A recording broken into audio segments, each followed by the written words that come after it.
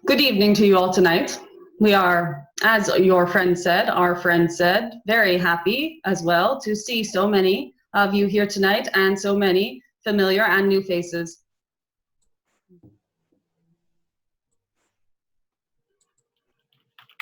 We do hope it will be entertaining for you, as it is always entertaining for us to meet in this way.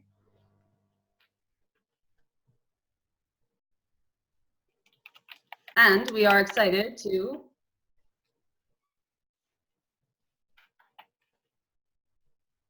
know what it is that you are excited to know about. For all is known, all can be known when the channel of knowing, the universal channel of knowing, is opened, as it is in a situation such as this. More obviously than it seems to be normally, however, it is open to you at any time as well.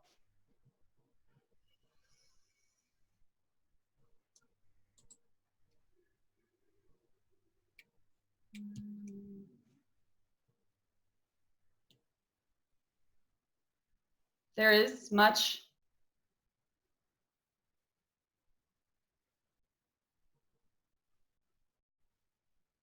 movement of energy this evening on your planet. There is much emotional and thought energy in the collective at this time. There is a sense of anticipation. It is in part due to the cultural construct that you have created in the next 2 days. The first being your Halloween, in which you allow yourselves to tap into more easily the unseen and unknown of the time space that you find yourself in, and the Day of All Saints, which is also celebrated as the day where you remember your loved ones who are no longer in physical incarnation. The simple action of remembering one who has passed connects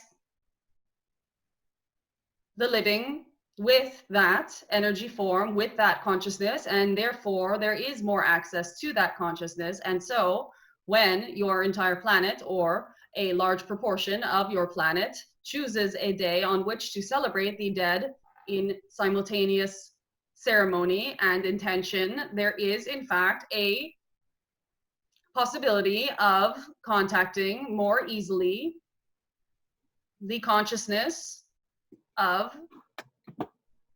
those who were in your timeline and those with whom you still are connected on an energetic and emotional level.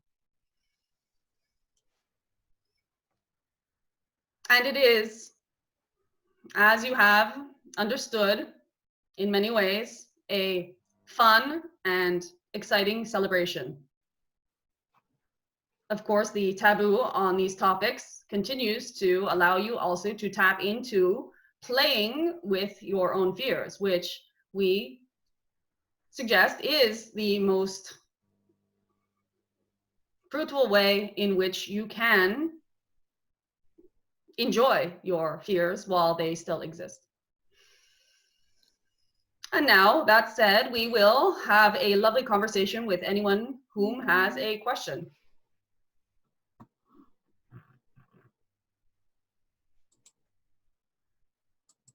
Does anyone have a question to have a lovely conversation with?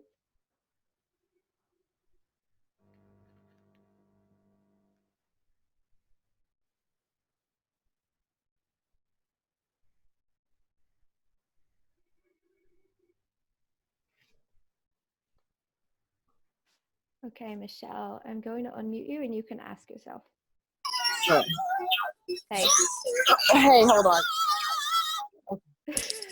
Sorry. What do you have to say? Well, thank you, first of all. And what do you have to say in regards to the power of action?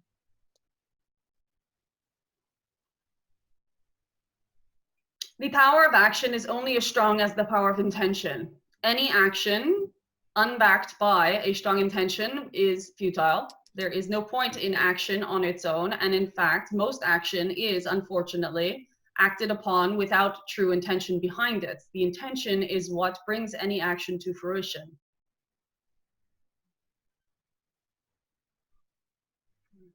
In action with intention, there is the inability of failure towards the intention, and intention is multiplied with action towards one's goals. However, there is always the higher intention and the universe working in your favor to bring you to your learning lesson, course, desire. And so we would say that the power of action, as you called it, is not necessarily that powerful at all. Is there another aspect of this you wanted to investigate further?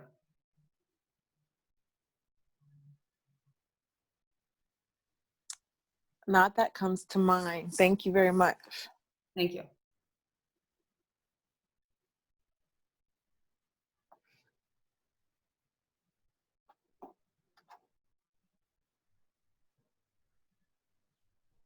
I have a question about the beings that come into our lives.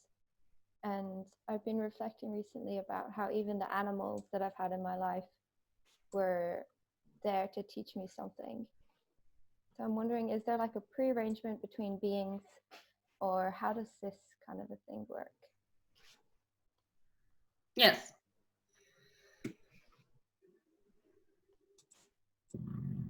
We are always partially hesitant to answer questions of this nature, for they can be answered on many levels, but we will start with one level and see where it goes with our understanding and your understanding of the concept. Before incarnation, consciousness is one, and as incarnation happens for beings and animals as well as inanimate objects, as creation appears, all elements that are seeming separate are regardless connected.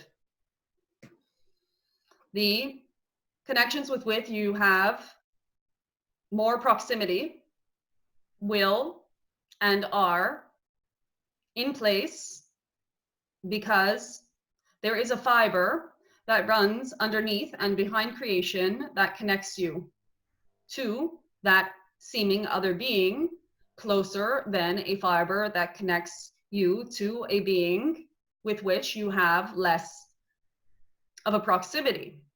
The one with which you have less of a proximity does not, nevertheless, become part of a separate creation. They simply are further away from you. A good analogy for this is a carpet or a tapestry.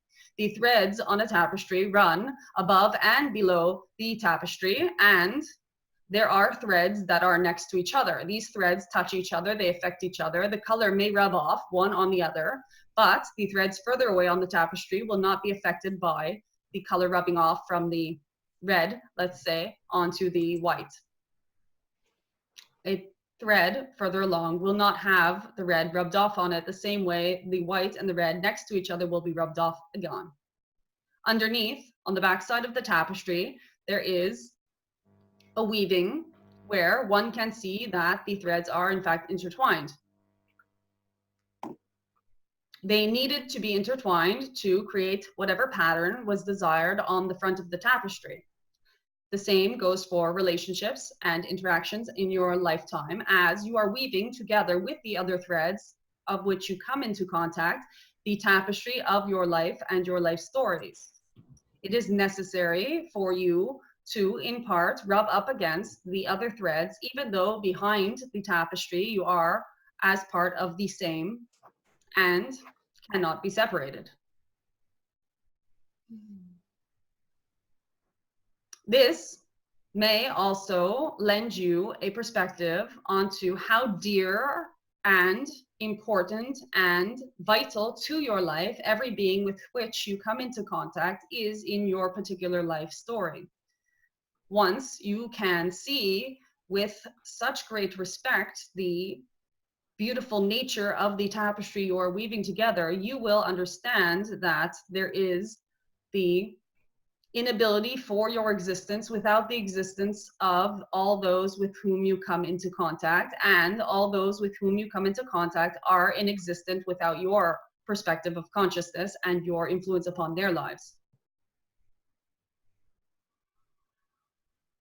This is a part of the understanding of the oneness of all things.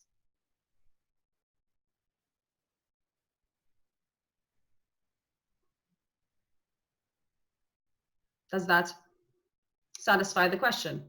Yes.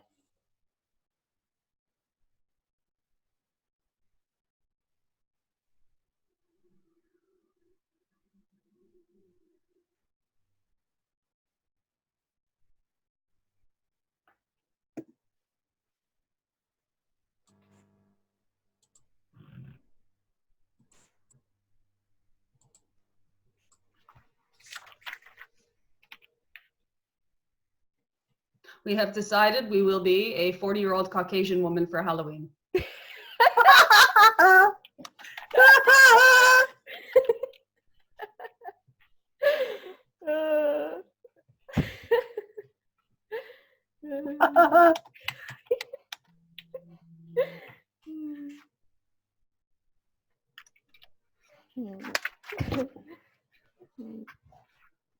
Okay, Kirsten, do you want to go? Oh, Gail. Kirsten, you want to go first and ask your question, and then Gail, you can ask yours? Sure. Can you hear me okay? Yes. Okay. I have a question. Can you explain to me what it means for the Kundalini, or the energy called Kundalini, what it means for it to rise? And how would that impact a person in their, well, in their day-to-day life?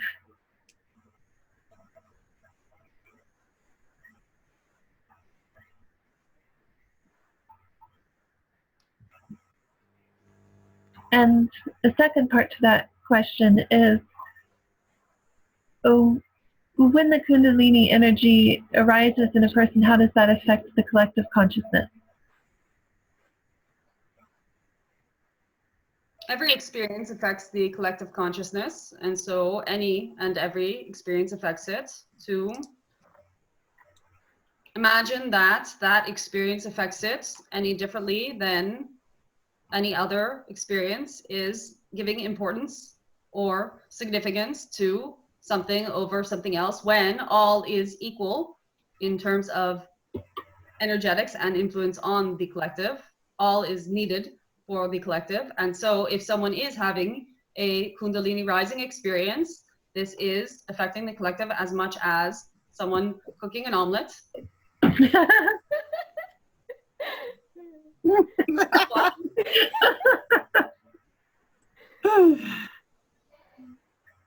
Does anyone have a drum kit? We can do a ching.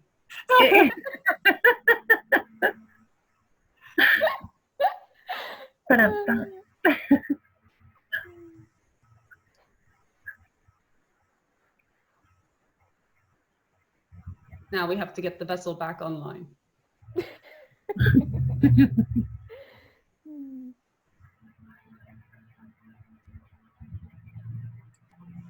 Kirsten, did that answer your question? Are you finished? Um, I would like. For the one having the Kundalini experience, it can be explained as the energy or some energies or energies of their own life vitality merging with stronger currents of life vitality than are normally present in the human vessel. And so they will have the experiences of their human vessel not being able to temporarily or at times longer contain in normal or what seems to be normal functioning of sensation and or behavior. As this energy rises and goes through the physical vessel, and the way that the physical vessel's energy body is created does involve a series of energy motors. We can call them chakras, as that is the closest explanation and is accurate in many cases to what we are discussing. As it rises through this physical vessel and semi-non-physical vessel towards the higher energies to return to source, while in a physical vessel, there may be inconveniences, albeit pleasant ones at times, but often also unpleasant as this energy rises. The only precaution we would give to one exploring in these directions is not explore, but to be extremely aware as to what one's intention is in this exploration. For, as we said earlier, it is not action that drives one's experience, it is intention. And so if one is not entirely sure of why it is they are seeking or practicing towards this type of awakening, and or if that intention ends up being not 100% in alignment with that person's true will, then the inconveniences that this could cause possibly would be more highlighted in the person's life experience, only in order to provide them with the current growth potential that they are requesting. There is nothing inherently wrong with anything in your universe or potential experiences. What is at times wrong is or not wrong, for all leads to a clarification of direction. What is potentially not the clearest direction is when one is seeking something to avoid facing what it is that they are truly wanting to experience or resolve or see within themselves.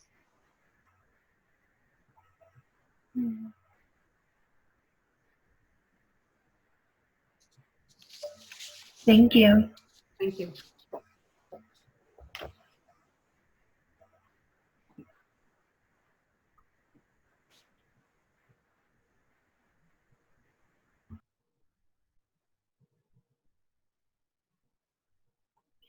I have a previous funny question about your last comment about your Halloween costume. May we ask, that was why your choice of costume? Yes? You may ask why. Why did you choose that question for Halloween? Oh, we are currently wearing that costume now. We figured we may as well wear it tomorrow.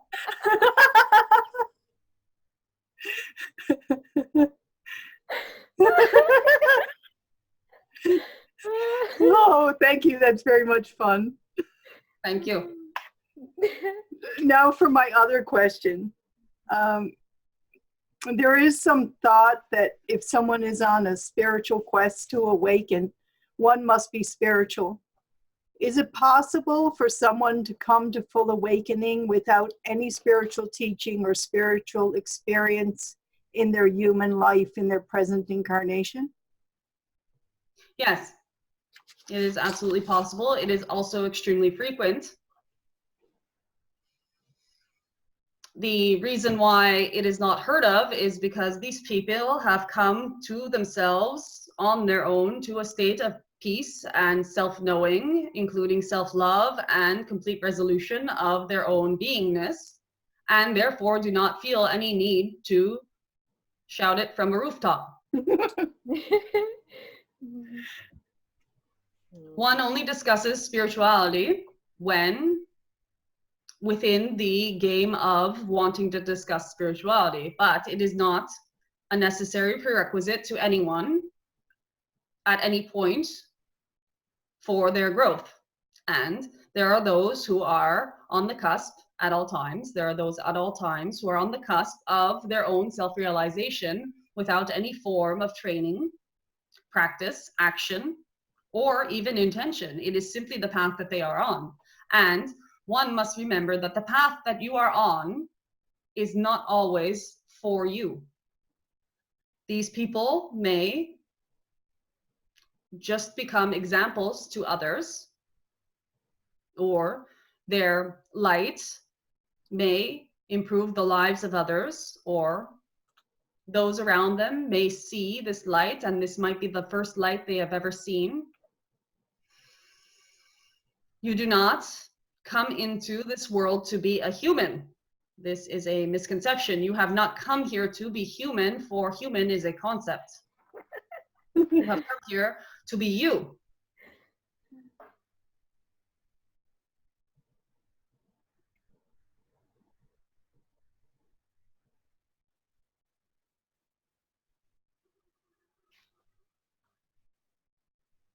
Thank you. Thank you.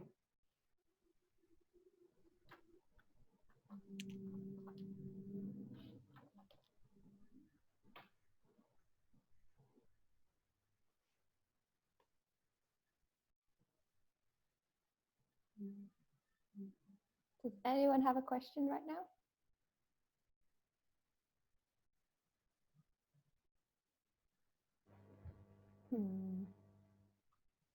Julie, you wanna?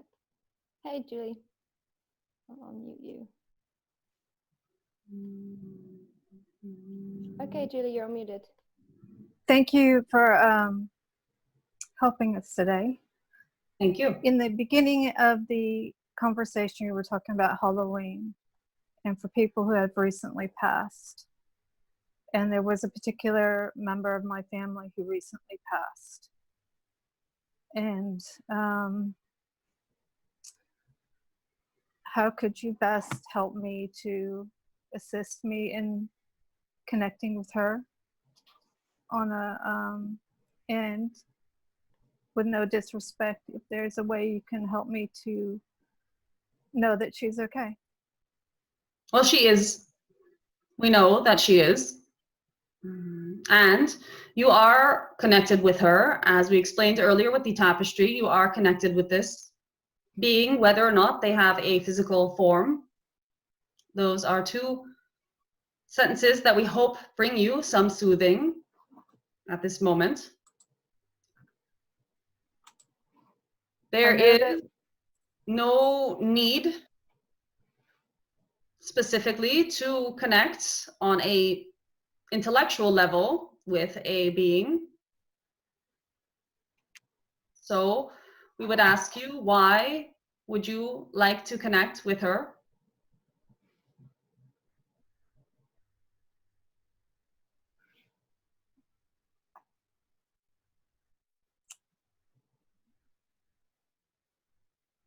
I think it's the loss of the physical form, and you'd like to know just that you feel her presence, I suppose. Know that she's there, just a feeling, just to know that she's okay.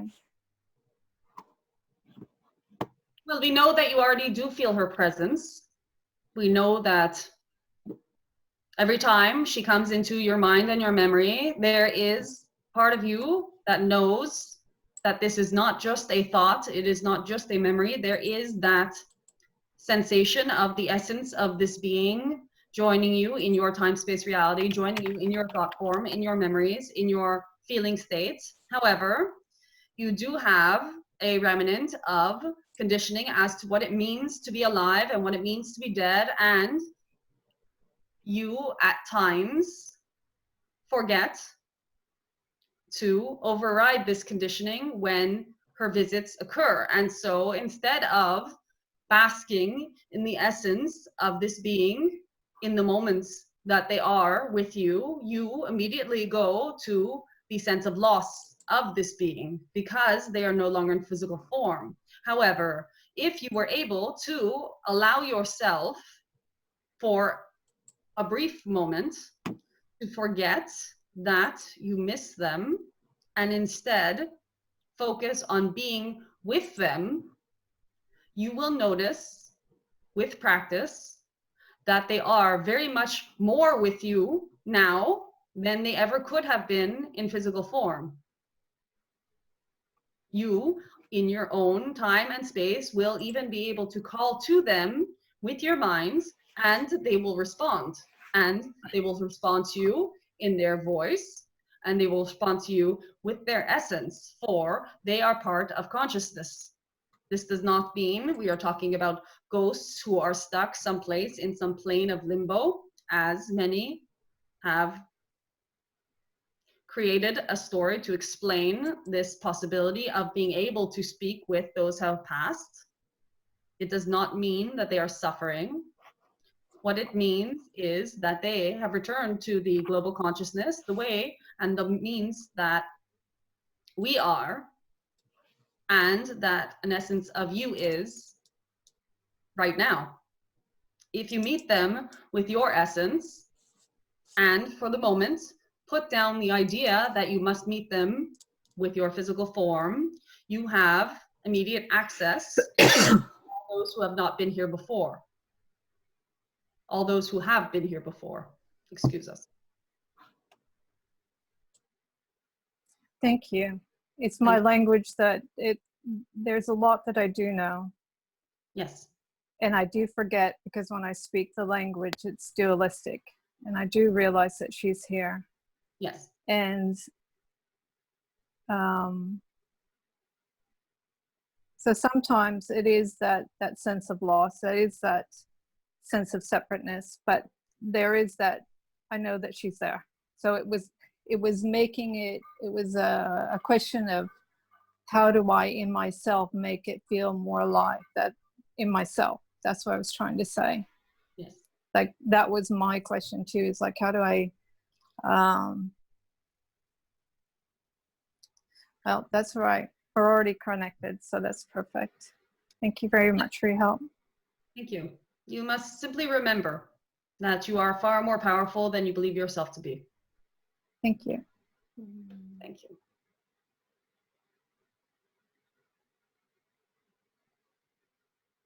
I have a question about when beings experience something negative or traumatic, and if they don't allow themselves to fully feel it, or if they try to run away from the pain, does this get stored in the body and affect us at a later time?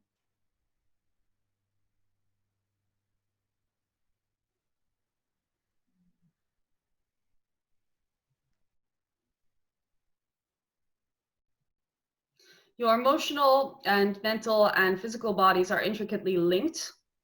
It is not that the traumatic experience gets stored in the body, it's that the body is your friend and ally at all times and allows for you to have a break from what is not possible at the time emotionally and records the information for a later time for you so that you still have the opportunity to learn what you chose to learn by having that experience in the first place. The body is not affected by the trauma. It is like a tape recorder in that it is waiting for you to hit the playback button so that you can have the conversation about what happened, what you felt about it, and the body has the wisdom within it to tell you how to let it go.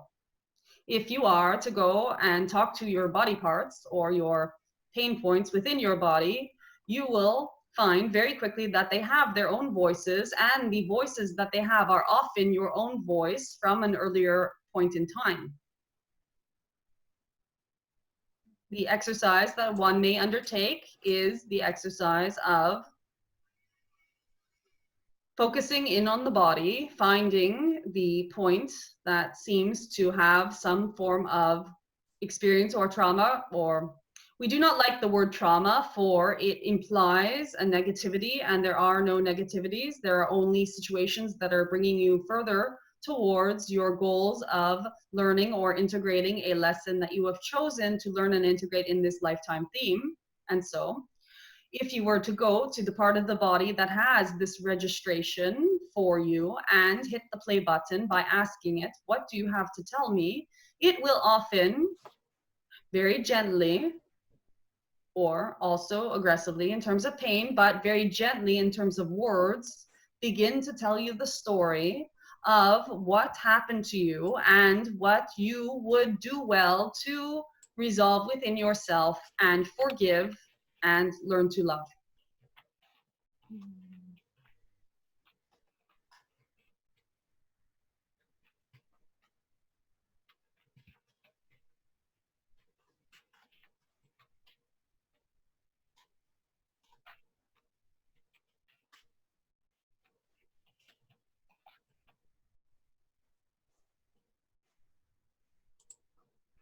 We wish you could all put on your human suits like Halloween costumes and take it as easily. It would be absolutely delightful if you were to understand that your bodies are these very intelligent systems, but they are systems in which you are navigating. You are wearing these systems. These systems have sensors that feel out the environment with which you are in and send information back to you as the being. However, there is a confusion. Everyone believes that they are the system.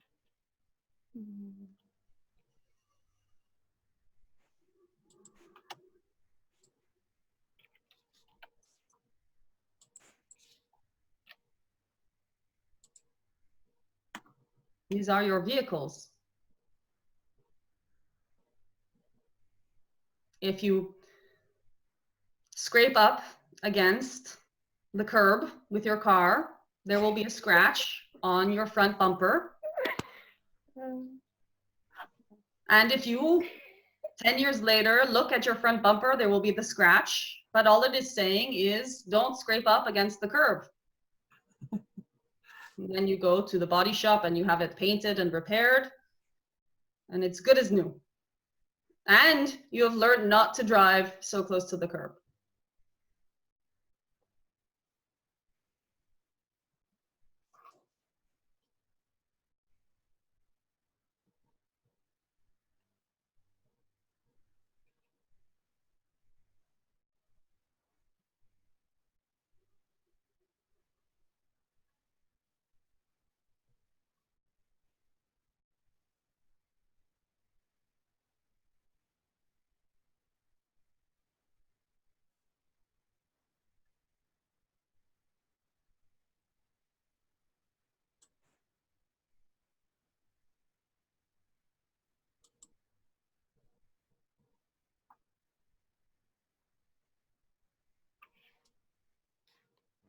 Julie, you want to unmute yourself and ask a question? Yeah.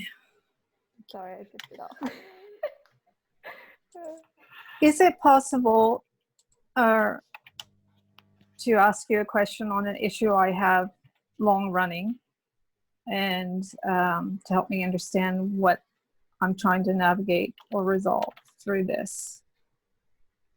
Or if I could ask that question more specifically. Yeah, it's just a long running problem, an issue I have and I'm not quite sure what it is there for. Yes.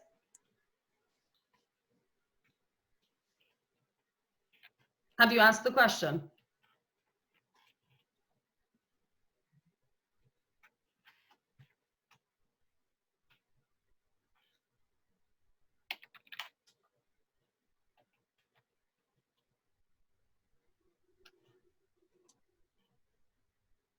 Okay, I've asked. I'm not sure I'm hearing. So maybe the problem. We heard that you wanted to know if you could ask a question about a long-running problem that you don't know the reason why there's the problem. However, we did not hear a question about the problem. What would you like to know? How to resolve, or if it's there for a reason to help me navigate or resolve something. That's what I need help to understand what it is, so that I can move towards that. Well, all seeming problems are not problems. They are simply the circumstance that is most likely to bring you towards what you most want to learn. Okay. Okay. All right. So I have a feeling this is forcing me in a way to wake up to or confront things that I choose not to, well, that I'm still, yeah, okay.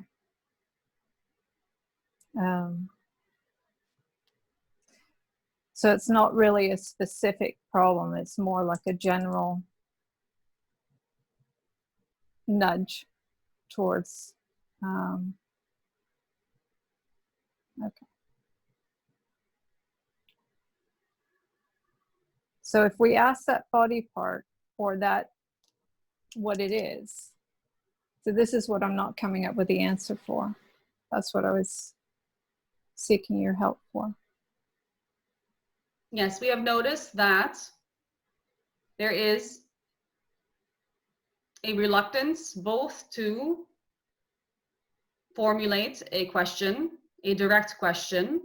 You seem to have a hesitance to ask a direct question, and so you will not receive a direct answer. We imagine that this is the same that is happening with the issue in your experience. For example, if you are to ask the body part that you want to have an answer from in a vague way, what it was there for, it may not answer you. There are needs to be direct, if only because a direct question implies an intention to have a direct answer. There is nothing wrong if you are not ready for a direct answer for any question that you may have, and we encourage you to take all the time you need to get to a space where you feel comfortable within yourself to formulate a direct question. There is no rush. You are doing nothing wrong. There is no urgency. There is nowhere to go. Your experience is perfect. The divine source of all things chose you to have the experience you're having, whatever it may be, including your reluctance and hesitance, because it is exactly what it needs to know more of itself at this moment in time. And so if you learn to appreciate even whatever it is that to you, and we're not saying that this is the case in terms of the question you were asking, but anything that to you seems like it is less than what you would like it to be, if you learn to understand that this is the will of the divine, all that there is, this is the will of source, this is the will of the completion of infinity. You, exactly as you are needed by the completion of infinity for the completion of infinity to exist. You are the missing puzzle piece. Even in all of whatever you believe yourself to be as imperfect. You are exactly and always will be and cannot fail at being the one that is needed to complete the story of infinity. This goes for all of you, of course. The understanding of this one fact, and this is fact, that without the you, the universe would not exist. It would not, it could not. Infinity could not exist without you. Thank you. If you could appreciate this, you would have many of your questions resolved immediately. Thank you. Thank you. Petra, do you want to go ahead and ask your question? Yes, hello. Hello, Petra. What will you be for Halloween? Cleopatra, I will be Cleopatra. My ancient Egypt connections. My question is regarding the meaning of something that happens. Example, I have had a couple of experiences where I intended something, planned something, was really looking forward to it, and then it got cancelled. And this happened this week like twice on one day, which is nothing spectacular, but I was asking myself, okay, what is the meaning when something goes completely a different way than I thought? Is it only for me to feel the intense disappointment, the intense emotions that come up along the way while this happens? Anger, disappointment, sadness. There is something in me that always wants to know the why and is never satisfied until it knows the why. So is there meaning behind these things, or is it just random? Why are these things happening? There is simultaneously no meaning in anything in the entire universe, and the deep and sincere and very relevant and true fact that you may give any meaning that you want to anything in the entire universe. And so to have these two things together with an inquisitive mind as yours, you will have to make the decision as to whether or not you would like to give meaning to events that happen to you, which you may. They will make your life story richer, perhaps, if you have meaning. They will give you something to think about. But inherently, there is no meaning. The only meaning to anything is that the thing that happened is the thing that was meant to happen, or as you meant to happen. It is the thing that happened because it is the thing that happened, or that happens, or we do not like to talk in past or future tense. The thing, thank you. The thing that my mind brings up over and over, is there a learning involved that would bring me further on my path, or is it just a matter of frequency match? If my frequency would have been higher, these things wouldn't have happened. No. Versus, oh, this is a learning that my higher self wants me to experience. These questions come up of. Yes, we understand. You cannot, you cannot, or of course you can, you cannot have a higher frequency than the one that you have. And so to think back to any event and think that your frequency should have been higher is doing nothing for your frequency in the new now. True. Or your frequency was whatever it was whenever the thing that happened. And it cannot and could not have ever been any different than what it was for in the moment of any frequency. It is exactly as it is meant to be. Circumstances and events happen, yes, because they are drawn into your experience based upon your frequency, but you must remember that your frequency is not under your control in the way that you are insinuating it is if you look at a past frequency situation and say, had it been this, it would have been different, because you cannot know, and it was not meant to be different, because had it been different, it wouldn't have been. I understand. Yes. Thank you. Thank you. And yes, there is always learning. You are always learning and growing, and you are always on your most accelerated and expansive path, and you need not fret about that at any time. Good. Yes.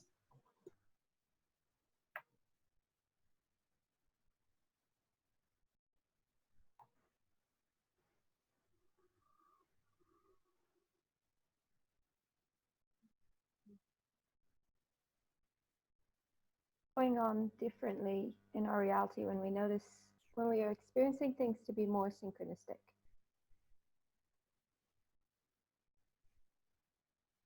Nothing has changed. It is always synchronistic. You are just tuned into it. You are more aware of it. You are paying attention for one reason or another. There is nothing but synchronicity. Yeah.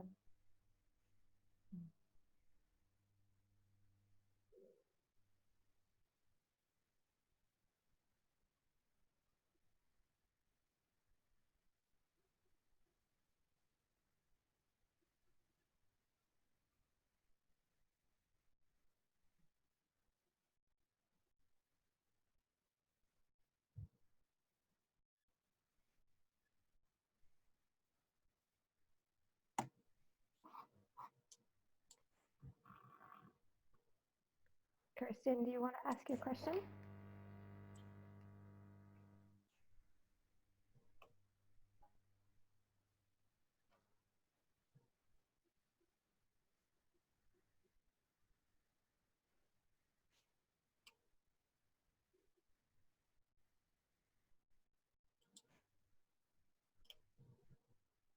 Kirsten, are you still there?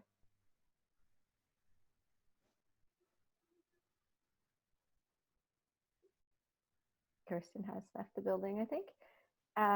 Kirsten, if you are there and come back, just post in the chat and you can ask again. Does someone else have a question right now?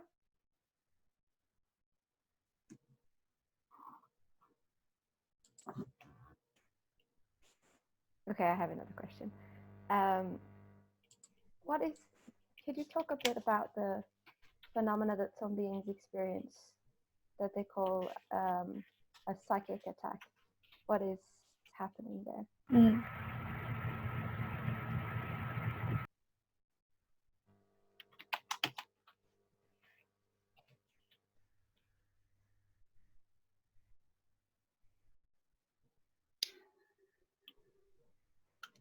Yes, we will talk about this. We will start by explaining it is always difficult as the words and concepts that you hold in your experience of being incarnate are not entirely accurate, as at some time someone, most often, wrote some journal or paper or document stating that this is how things are, and for better or worse, some of these things were accepted as fact and they were no longer explored more fully. As it stands at the moment, and it is not accurate, there are 5 senses that are accessible from a human perspective. They are the ones which you are familiar of: taste, smell, sight, sound, and touch. There are other physical senses, not even getting into the non-physical senses, that are more detailed on these aspects. There are other physical senses that do not have clear delineations in your medical journals and therefore are not understood by mainstream. And when something is not delineated for your people, unfortunately, it goes often very unnoticed. That is another topic. The topic you are discussing deals with senses that are beyond the nervous system that humans also hold. These are senses that belong to the non-visible, and we will not say non-physical at this point because they are quite physical due to their energy structure, but the non-visible part of the human incarnation being. And these have to do with the ability to sense outside of your physical reality or experience. Experience is a better word in this case, for the reality is very real outside of the physical experience as well. The physical body corresponds and interacts with this non-physical body, which is also in part physical, as we've explained, but we cannot go into it because there is not the concept in your language of this. And yes, your sages have touched upon it, and you can go and reference these things. However, we will not get into the exact structure of how these are created because it was not part of the question. The question was on psychic attacks, which is the phenomenon of a aspect of consciousness, of all that is interacting with the, or a sense that is non-physical of a being that is in part physical. When you call them psychic attacks, you are talking about them on a negative level, which is understandable, for they do produce negative effects, as it is the equivalent of being poked in the arm for your physical body. However, you do not see or hear or notice at all this thing that is poking you, and so it is quite fastidious. But it is not negative in itself. What happens is you can only be poked where there is already a vulnerability or a wound or a situation that is not at its optimum functioning. Like a peach, if you drop it on the ground, it will have a bruised area. If you stick your finger into that bruised area, it will be mushy, you may even reach the pit. These bruised areas within your energy body, within your psyche, within your emotional body, are vulnerable to being poked at by other parts of consciousness who have it within their will to poke you. Those of you who are sensitive and are able to sense into what is happening may at some point realize that it is not simply a bad mood that you are in. It is not simply an emotional wave that you are going through. There is something actually poking at you, and the fortunate situation for that is you get to turn the peach around and look at the bruise and go, oh my goodness, there's a bruise here. I should probably get a new peach. No, but I should probably fix this bruise. If you are to look at a psychic attack as a collaboration between you and another portion of consciousness, then you will be able to milk out of it the benefit with which it is provided to you. We will not discuss the intentions of the entities or thought processes or portions of consciousness that are spending their energy poking other portions of consciousness. However, we will say that at that level, there is only what we talked about, which is that undercurrent of the tapestry. So you are completely interwoven with the perpetrator of these psychic attacks. And these perpetrators can be both incarnate, and so at times it can be even from a source of one that you know as a physical being, maybe not even responsibly managing their energy and poking at your energy. They may not even be aware that this is the case. It may be a non-physical entity who has chosen to poke at your energy for some motive that they know that you perhaps do not, or perhaps do. However, the only thing that you can do is reframe it as a positive thing. Remember, while you are under these forms of attack, how to fortify and care for yourself during them, and become a collaborator with whatever it is that is showing you the spaces with which you have room to grow. We do not live or exist or reside, or whatever word you want to use for it. We are not in a space where there is a conception of negative and positive. We do, however, understand and have compassion for those of you who have these experiences, for we know that they are painful, frightening at times, perhaps, and quite annoying.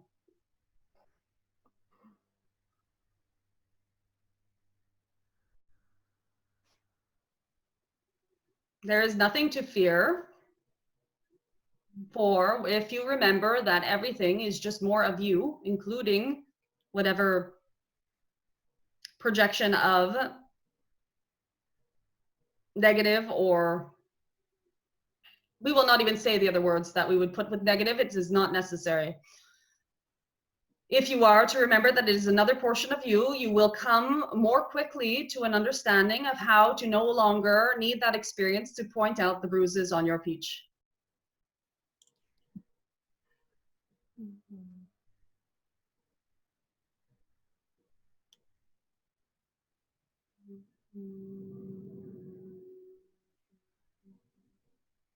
We will take one more question if there is.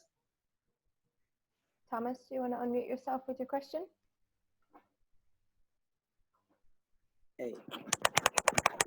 So I feel I have a lot of creative energy within me, and I feel that it's blocked, that I don't know how to access it or channel it or get in touch with it. So can you recommend some ways to have it flow more freely through me, and how I can open up to it more?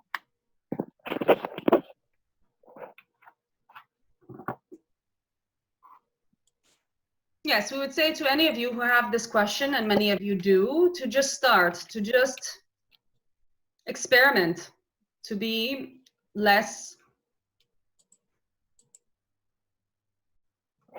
critical of oneself in the results of this creativity. You are a creator, you are creating at all times. If this creativity needs to flow in a certain direction, in a certain way, we would suggest just take any form of creativity and begin to create with it.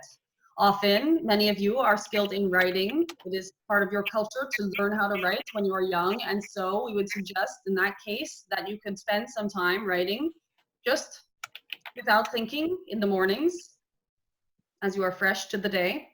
If it is more of a visual arts type of creativity, you could do the same. Just pick up any form of creating tool and play with it. If the creativity is more of a project-based or entrepreneurship type of system for you, it does not matter.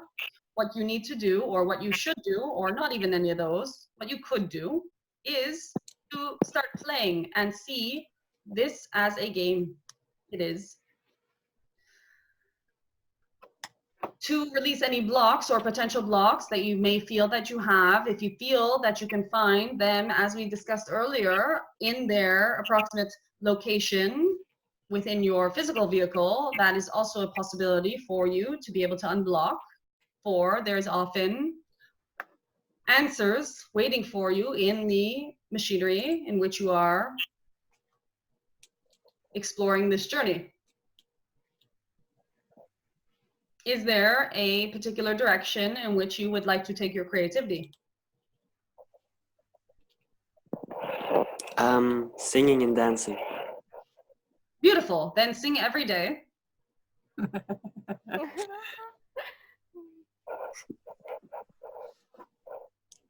Dance every day. You do not need to necessarily share what you are creating. What is important is that it is coming through on a consistent basis, for, as they say, practice makes perfect, correct? Yeah. And the joy that will come with that will naturally build pressure up behind the blockage And you may find yourself in a situation where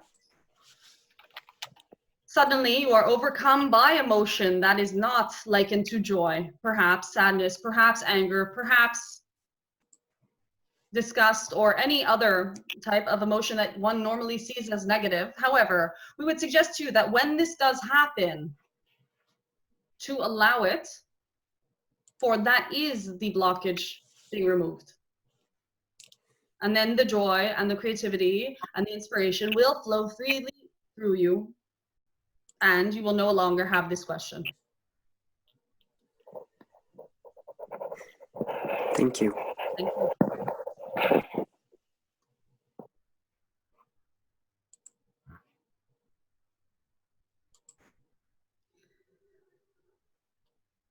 We have had a lovely time with you tonight. We wish you all an enjoyment of your mortality in the next 2 days. And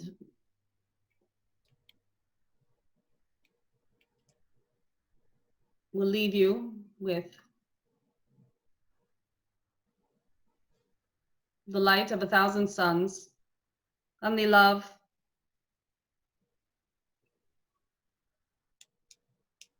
of the all that is. Thank you. Thank you.